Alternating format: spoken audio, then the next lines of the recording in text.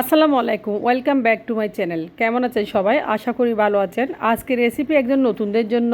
তো আজকে আমি টক ঝাল মিষ্টি আচারের রেসিপিটা শেয়ার করব কাঁচা আমের।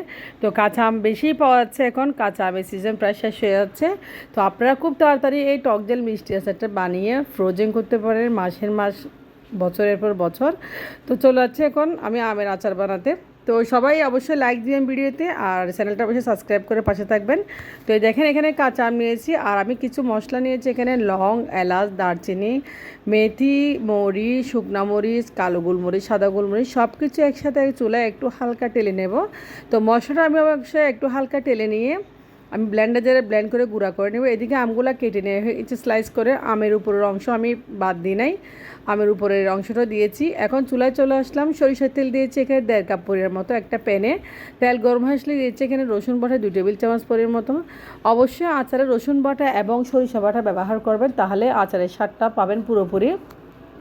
তো দেখেন এখানে তেলের সাথে আমি সরিষা এবং রসুন একসাথে একটু ভেজে নেব। সরিষার তেল, রসুন এবং সরিষা বাটা, এটার গ্রান কিন্তু আচারের ভালো একটা ফ্লেভার চলে আসে।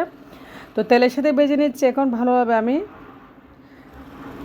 তো আপনাদের পুরোটাই দেখাচ্ছি, ভাজা হয়ে গেছে দেখেন। এরপর যে আমি কাঁচা আমগুলো একটু সরিষা বাটা, রসুন বাটা আর তেলের সাথে একটু ভেজে নেব, যেন আচারের ভিতর প্রবেশ করে। কাঁচা আমের ভিতর যেন একটু সরিষার ঘ্রাণ আর রসুন বাটার ঘ্রাণটা যেন পাওয়া যায়। তো অবশ্যই একটু আমি ভালোভাবে কষিয়ে নিচ্ছি। যারা নতুন তাদের জন্য আমার আজকের রেসিপিটা। তো আমি এখানে কোনো পানি ব্যবহার করি নাই, পানি অবশ্যই ব্যবহার করবেন না, পানি দিলে আচারের স্বাদটা নষ্ট হয়ে যাবে, আচারটা আসলে ভালো আসবে না। তো আমি তেলের সাথে সরিষা বাটার সাথে এমনি সিদ্ধ করে নিচ্ছি। এরপর দিয়েছি আমি এখানে 1 টেবিল চামচ পর্যন্ত হলুদের গুঁড়া। তো দিয়েছি আমি এখানে 1 টেবিল পরিমাণ মতো মরিচের গুঁড়া। হলুদের গুঁড়া, মরিচের গুঁড়া দিয়ে আমগুলো আমি আর একটু নেড়ে চেড়ে কষিয়ে নিব। আপনারা পরিমাণ মতো দিবেন হলুদ গুঁড়া, মরিচের গুঁড়া। এখন আমগুলো দেখেন সরিষা বাটা, রসুন বাটা, মরিচ, হলুদ সব কিছু একসাথে মিক্স করে তেলের সাথে একটু ভেজে নেব। আর এবারে ভাজতে ভাজতে আমটা কিন্তু অনেকটা সিদ্ধ হয়ে যায়। এক্সট্রা পানি দিয়ে আমটা অবশ্যই সিদ্ধ করতে হবে না। এভাবে বানাবেন টক ঝাল মিষ্টি আচার, খেতে কিন্তু খুবই সুস্বাদু। তো আচারটা অবশ্যই আপনারা বানিয়ে দেখবেন, ট্রাই করবেন একবার। তো ভাজা হয়ে গেছে। এ পর্যায়ে আমি যে এখন চিনি দিয়ে দেবো। এখন দেখেন আমি দিয়েছি চিনি, এখানে পরিমাণ মতো চিনিটা দিয়েছি। যেহেতু টক ঝাল মিষ্টি আছে, চিনিও একটু বেশি দিবেন না, মোটামুটি চিনি দিবেন যেন টক ঝাল মিষ্টি হয় আচারটা। তো চিনি দেওয়ার পরে আমের আচারের কালারটা দেখতে অনেক সুন্দর হয়ে আসছে মাশাল্লাহ। তো কালারটা দেখতেও খুব ভালো লাগতেছে। এরপর যে আমি যে মশলাগুলো গুঁড়া করে রেখেছি ব্লেন্ডার জারে, আপনারা দেখেছেন মশলাগুলো আমি একটু টেলে নিয়েছি।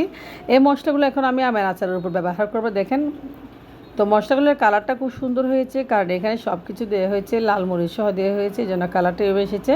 তো এই মশলা কিন্তু খুবই ইম্পর্টেন্ট, এই মশলা দিলে আচারটা এত সুস্বাদু হয় আসলে। আপনারা অবশ্যই ট্রাই করবেন মশলাগুলো দিয়ে টক ঝাল মিষ্টি আচার বানানোর জন্য।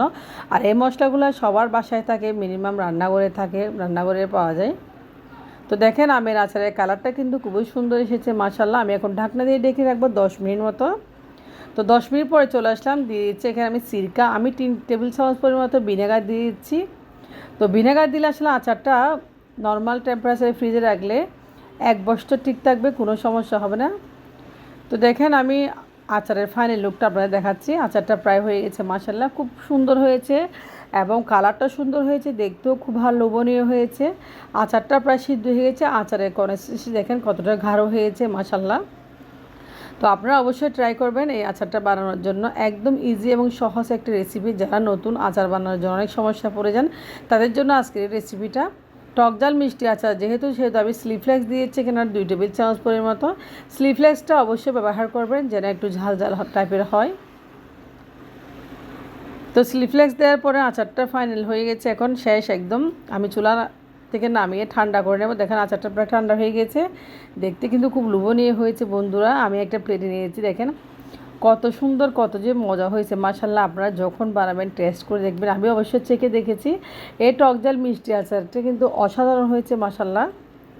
তো আপনাদের কেমন লেগেছে? আশা করি সবাই আমার ভিডিওতে একটা লাইক দিবেন, আর চ্যানেলটা সাবস্ক্রাইব করে পাশে থাকবেন, আপনাদেরকে বলতেছি, অনুরোধ করতেছি। আর পাশে থাকা বেল আইকনটা প্রেস করে রাখবেন, আর ফ্রেন্ডস অ্যান্ড ফ্যামিলিকে দেখার জন্য, সুযোগ করার জন্য অবশ্যই ভিডিওটা একবার শেয়ার দিয়ে রাখবেন। তো আচারটা হয়ে গেছে প্রায়, দেখেন আপনাদের একদম ফাইনাল লুকটা দেখাচ্ছে এখন। তো অবশ্যই কমেন্টস করবেন আচারটা কেমন হয়েছে। তো আপনারা অবশ্যই ভালো থাকবেন, আমার জন্য দোয়া করবেন। তো আল্লাহ হাফেজ, আসসালামু আলাইকুম।